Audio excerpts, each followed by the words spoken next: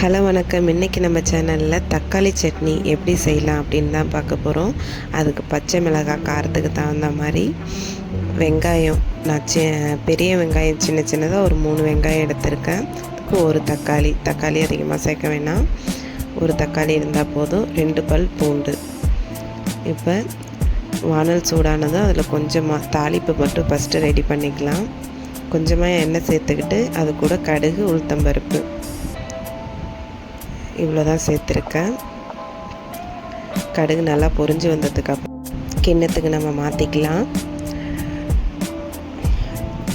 அதே வானல்லையே கொஞ்சம் எண்ணெய் சேர்த்துக்கிட்டு இது கூட நான் வெங்காயம் சேர்த்துக்கிறேன். வெங்காயம் கொஞ்சம் நல்லா வதங்கி வரணும்.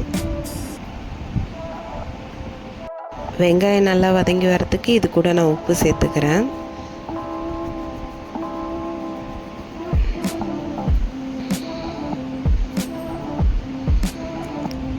உப்பு சேர்க்குறப்ப வெங்காயம் கொஞ்சம் சீக்கிரம் நல்லா வதங்கி வந்துடும்.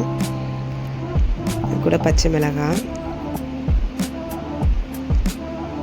இப்போ இந்த அளவுக்கு நல்லா வதங்கி வந்ததுக்கப்புறம் இது கூட கட் பண்ணி வச்சுருந்த தக்காளி நம்ம அதிகமாக சேர்த்தாலும் அப்புறம் புளிக்கிற மாதிரி ஆகிடும். ஒரு தக்காளியே போதும். பாருங்க நல்லா வதங்கி வந்துட்டுருக்கு. இப்போ பூண்டு சேர்த்துக்கலாம்.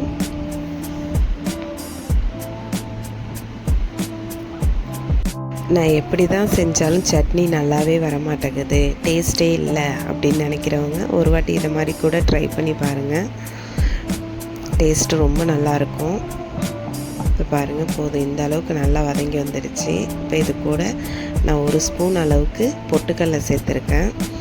நீங்கள் பொட்டுக்கடலை சேர்க்காமல் கூட ப்ளெயினாக கூட இதை சட்னி செய்யலாம். அதுவும் டேஸ்ட்டு சூப்பராக இருக்கும்.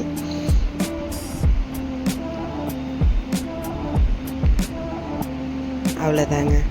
ஸ்டவ் ஆஃப் பண்ணிவிட்டு இதை நல்லா ஆற விட்டுருங்க.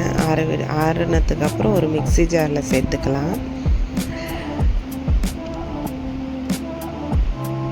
பாருங்கள் அரைச்சாச்சு. சூப்பராக ரெடி ஆகிட்டு பாருங்கள் சட்னி. அவ்வளோதாங்க. நம்ம தாளிப்பு ரெடி பண்ணி வச்சுருந்தோம் இல்லையா, அது கூட இதை சேர்த்து கிளறிட வேண்டியதுதான். பாருங்கள் சட்னி சூப்பராக ரெடி ஆகிடுச்சு. நீங்களும் கண்டிப்பாக ட்ரை பண்ணி பாருங்கள். தக்காளி சட்னி இட்லி, தோசை எல்லாத்துக்குமே சூப்பராக இருக்கும். சப்பாத்தி கூட இந்த சட்னி சூப்பராக இருக்கும். கண்டிப்பாக ட்ரை பண்ணி பாருங்கள். வீடியோ பிடிச்சிருந்ததுன்னா லைக் பண்ணுங்கள், ஷேர் பண்ணுங்கள். மறக்காமல் நம்ம சேனலை சப்ஸ்கிரைப் பண்ணுங்கள். Thank you.